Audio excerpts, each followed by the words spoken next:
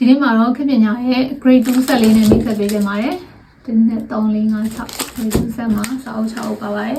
ပထမဆုံးတစ်အုပ်ကတော့ grade 2မြန်မာစာဖြစ်ပါတယ်မြန်မာစာမှာအခန်း1ကနေ7အထိအကုန်လုံးပါပါတယ်ဒါလေးကလေးစင်ငယ်လေးပါ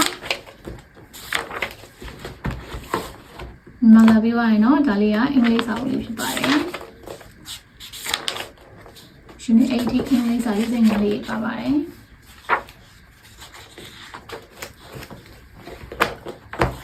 တခုကတော့တင်ချာပါเนาะတင်ချာမှာဆိုလို့ရှိရင်တင်ချာ1နဲ့2နဲ့ဆိုပြီးတော့ခွဲထားပါတယ်1နဲ့2ခွဲထားရဲ့ရွေချက်ကစာအုပ်ကအရင်ထူသွားမှာဆိုတဲ့အတွက်ကြောင့်တင်ချာကိုအခန်း1ကနေ10အထိကိုတအုပ်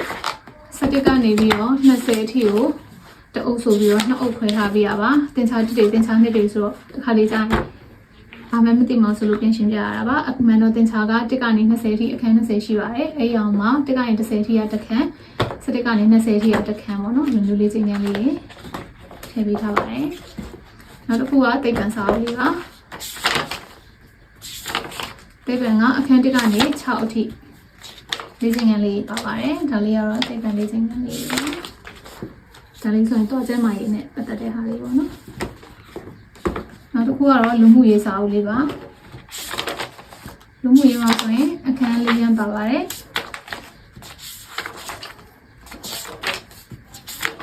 ဒါလေးကတော့လူမှုရေးစာအုပ်လေးဖြစ်ပါတယ်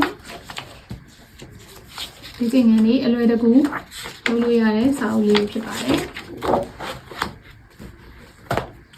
ဆိုရင်တော့ဒါ grade 2 set လေးမှာဆိုရင်6အုပ်ပါပါတယ်